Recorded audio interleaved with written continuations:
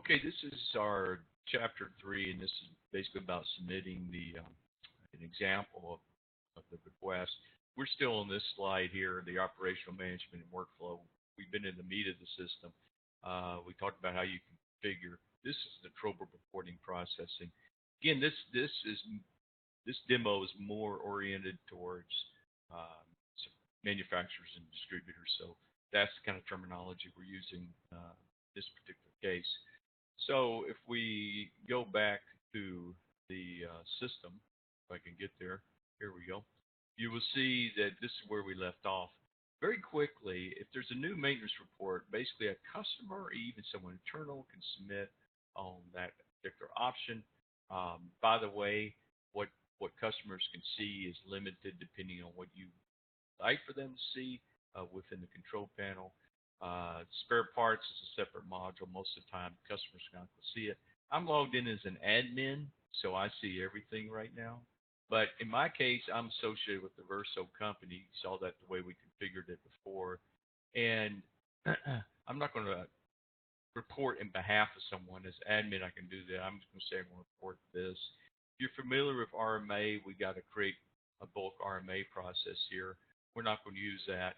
Let's use a serial number here as an example. We're going to pick that, and we're going to validate that serial number. Now, what we're doing by validating is we're seeing that that serial number is legitimate and in the database. That's what we just did. And once it's validated, then two things happen. You get a message that it is validated. It looks up the warranty information for that given product serial number, and it speaks a little bit to the policy here. Now, you don't have to have a policy for use of Verso at all. We just have that here as part of the task of what we're doing. And you will notice it extracted information like return delivery address. Again, this is test, supplier price, that's just testing. This is not going to be visible to a customer. Some of this information is not visible to the customer. But again, because I'm an admin, I can see it. So typically what a customer is going to do is that they're going to request this. They're going to submit just like I just did, and they're going to enter the product serial number. Now, we have, in this particular case, it's populated the product number. And you may remember on settings, it gives you the option of how you want to validate something. You don't even need to validate it. You can still submit a request without doing a lookup, but that's under the control of the administrator of the portal. You can also attach documents here if the customer wants to take images or pictures, whatever it may be to support their calls. Again, this is the test environment, so there's limited fields, but you notice how they rendered once we select it. One important note is we also have an interface with Slack. That's very handy because what happens is that whenever there's a status change, you communicate with your customer Slack channel if you want to use this. And they then get a notification in Slack. And Slack then acts kind of like our chat feature. And we find that because Slack is so widely adopted now and because it's affordable, it's a good way of controlling channels by you can assign a channel by a customer company, supplier, and it's really a good way to have supporting communication around a given MTR or trouble report. So typically what we would happen, I'll show you what happens when we hit submit here. I can tell you it's not going to work because we made these fields required, but as we showed you earlier, that's all up to you on what you want to have submitted for or not. You're play around with this. It's submitted, step made, information you can populate, and same here, and test, and this is the field that we're using, and here's up and parts calls. These are all again controlled internally. This comes into play if you are using the policy function because then it'll add the additional or the combination of information or cost together to determine what the total warranty may be. So let's submit this to see if it works this time. I think it's going to. We asked for a confirmation.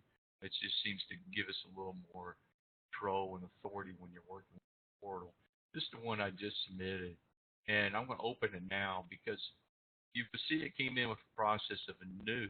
If I'm a I, if I'm an internal user, someone within your organization, I just received an email and a Slack alert that there's a new MTR. I'm going to go out here and I'm now going to open this because the link was to this MTR, and I'm going to see what this MTR is about. This trouble request is request for reporting, and I'm going to say I'm going to approve this. In fact, I'm going to at least reflect the status is open, so whenever I change the status, I'm going to have to update it. Now, what you saw there, that the ability to select open is how we figured the workflow, if you remember the workflow example. Recall this is a pretty simple one. You'll notice that I'm able to see a cost assessment, a customer control number. There's other things we've added here. And this is, again, the test environment, but this is all dependent upon the rights and permissions, who can see it, those kinds of things. So I'm going to just update and see what happens. I'm not going to be told I need to add a field. Yeah, there it is. They want me to add a condition. Again, I just condition 3. I can change that any time, not mandatory, but that's a part of the test. So we did that. Now we submitted it, and now this MTR you see is in the open status, right? So let's just open it one more time, and what you'll see down here is you'll see the status tracking, the status history.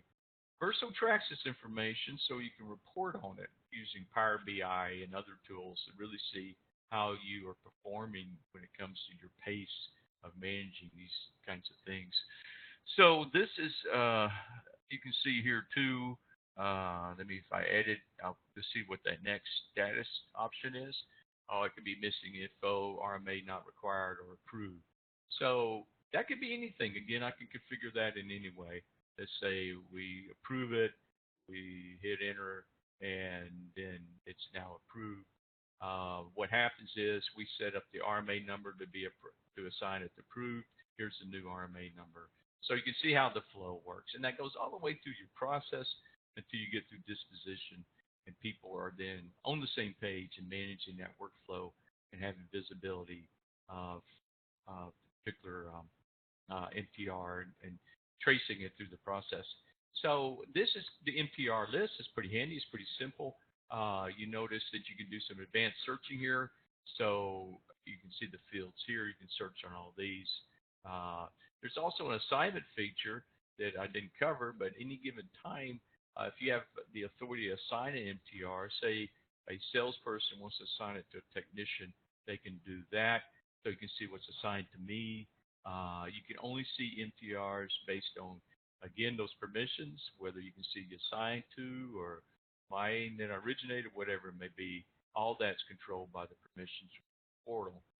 The last thing in kind of the operations side that we want to see is we do have a reports module, although we're replacing or complementing that more with Power BI. Power BI is a very strong tool to use. I'm going to show that here in a minute. But we do have the ability to do customized reporting. It's running on something called SSIS.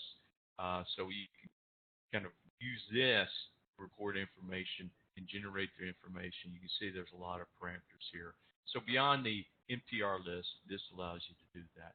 So that's the completion of Chapter 3. We're about to take a look at, I think the next step is going to be Power BI side as we get to this particular topic. So that's it for Chapter 3.